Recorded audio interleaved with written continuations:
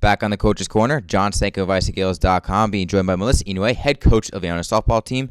Coach, it was an interesting weekend. Your games against Hartford were delayed this Friday, and then it became the first ever 2018 Nor'easter Classic Tournament. Talk about how this all came together. Well, originally I had talked with Angie Churchill, the head coach at Hartford, and they hadn't played in a while, so they wanted some games, and obviously our field was available, being turf outfield. So we were communicating with her, and then they were supposed to play Bryant, I believe, on Saturday. Bryant's field wasn't ready to go.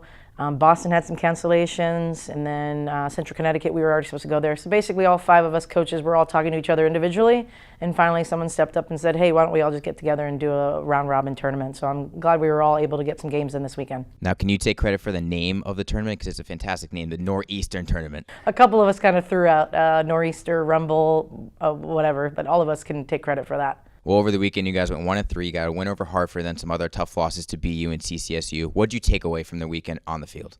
Well, we hadn't played in a while since March 13th, so if anything, kind of maybe took a couple games to get our rhythm back. Hartford was a back-and-forth battle, offensive slugfest, if you will. We had one really big inning, and then Jess Harkness had a good start, and then Bender came in, obviously. Sam Bender came in with a save right there. So it was a good ball game.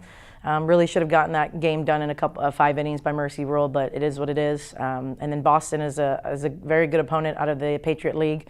They went to the NCAA regional tournament in the last year or two. Very aggressive team, so they kind of ran all over us on Saturday, but it was really nice to battle back on Sunday against them and gave them a really good game. And that game was a really good game to watch if you were a fan that day. Okay, let's talk about that game on Sunday. Sophomore Marnie Skinner pitched an absolute gem in the circle, went the full 9 innings in the extra innings.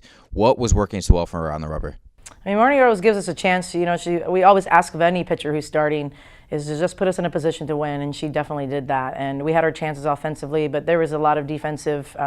What's interesting about that game is Marnie only had 1 walk, no strikeouts. So, I mean, we really had to play really good defense behind her, and that we did. So, a couple huge plays. Marnie was just hitting her location and really was doing a good job between her and Tori and I, mixing pitches against a very good, tough lineup. Did you have a message to Satori Danner before the BU games? You said they were aggressive, they like to steal bases. Danner had caught 2 stealers on Sunday morning against the Terriers. Did you talk to her before those 2 games saying you're going to have to be on your game today? I think if anything, it was nice to play them on Saturday, so we had a preview of kind of what to expect. But I think the biggest thing, we were able to contain their leadoff hitter, who's a really big threat. I think she's hitting almost 400, 8 triples. I think number 1 in the NCAA right now with triples. So I think that was our biggest message was let's try to contain her because their offense rolls off of having that leadoff kid get on. Mix with the lineup a little bit. You got Maggie Foley in there. You got Taylor Brown in there as well. What went into maybe shifting that starting lineup? You know, I think in the middle part of the season, sometimes offensive struggles can be frustrating for some players. And so sometimes you just try to juggle with the lineup, give a couple other people some opportunity, as well as give some people a mental break from hitting. You know, it's such a tough thing to do already. You're going to fail 7 out of 10 times. And Maggie brings a different dynamic being a slapper and putting the ball in play. And I think she got a triple this weekend. So if anything, it just brings a little bit more speed to the lineup, a little bit more contact.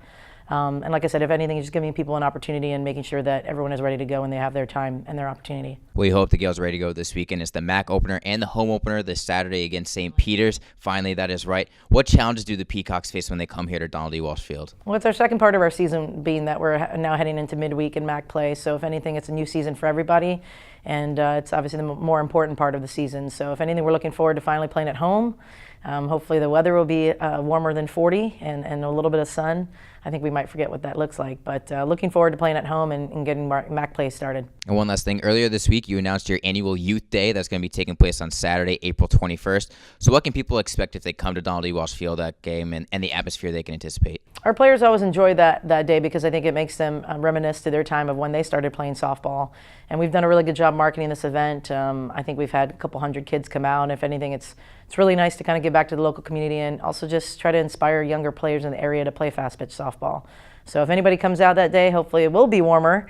We'll have some trading card posters, game schedule posters, some t-shirts for sale, probably an ice cream truck out there for some food too. So looking forward to that event that we've had, and it's been very successful the last few years. Well, Coach Inouye, appreciate the time and best luck as match play approaches. Happy Easter, go Gaels.